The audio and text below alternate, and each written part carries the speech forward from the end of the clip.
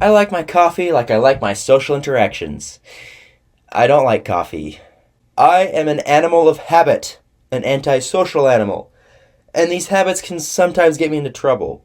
But in the case of this story, they've made me a legend. This habit of mine is one that most people struggle with. Speaking without thinking. You have nice hips. What? Nothing. I've gotten way better at alleviating this habit over the last couple of years.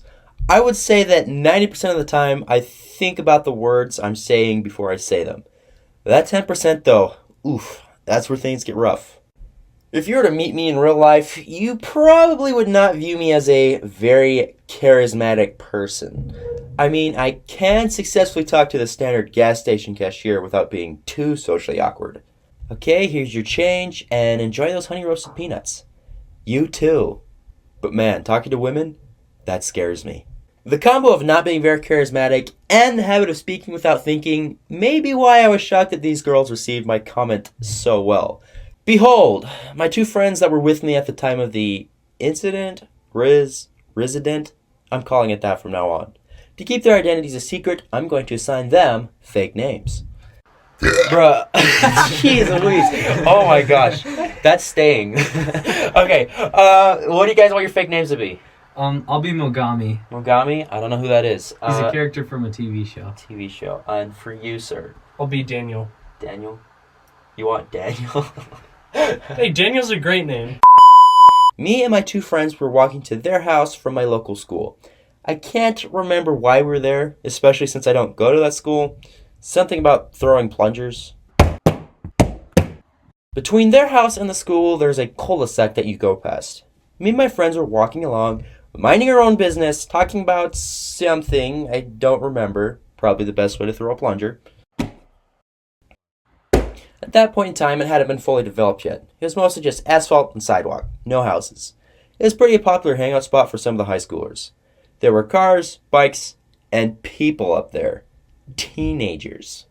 You're a teenager. Shut up, Daniel. I'm an adult. As we're walking past, we see that some of the teenagers were staring at us.